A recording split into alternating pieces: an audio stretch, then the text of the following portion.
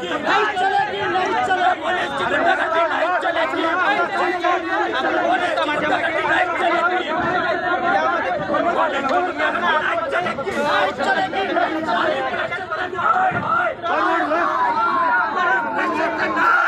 सगळं अंतरंग उघड पाडत खरे शिवछत्रपती हे कशा प्रकारे सर्व जाती धर्माला पोटाशी धरणारे, सर्व प्रकारच्या महिलांचा आदर करणारे आणि ह्या संबंध महाराष्ट्राची जी संतांनी सांगितलेली मानवतावादी परंपरा आहे ते पुढे घेऊन जाणारे आहेत हे या पुस्तकामध्ये सांगितल्यामुळे अनेकांच्या राजकारणाला मिरची झोंबलेली आहे, अजूनही झोंबत आहे आणि म्हणून या पुस्तकाला विरोध करण्याचं काम हे सगळे हितदृष्ट करताय।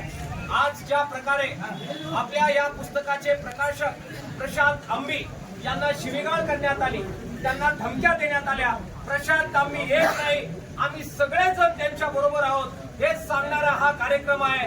मी पूर्णपणाने मार्क्सवादी कम्युनिस्ट पक्षाच्या वतीने आपल्या या आंदोलनाला, प्रशांत आंबींना आणि या पुस्तकाच्या नावाला सबंधपणाने पाठिंबा जाहीर करतो आपल्या सगळ्यांचं लढ्यासाठी।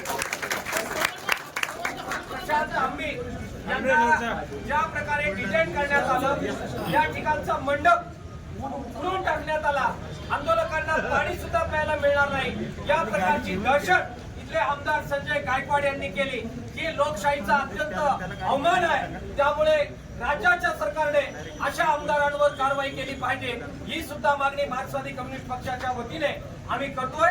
आमचे सगळे लढाऊ भाऊ, विशेषतः भारतीय कम्युनिस्ट पक्ष, त्यांच्या सगळ्या वेगवेगळ्या संघटना, आपल्या शेतकरी कामगार पक्ष, बाकी आमचे कम्युनिस्ट पार्टी आणि ज्यांनी आम्हाला पाठिंबा दिला, काँग्रेस आहे, माझ्या माहितीप्रमाणे त्यांनी आपल्याला पाठिंबा दिलेला आहे, राष्ट्रवादी काँग्रेस आणि त्यांचे रोहित पवार हे मला वाटतं स्वतः आले आणि त्यांनी कोल्हापूरमध्ये आपल्या सगळ्यांना पाठिंबा दिला।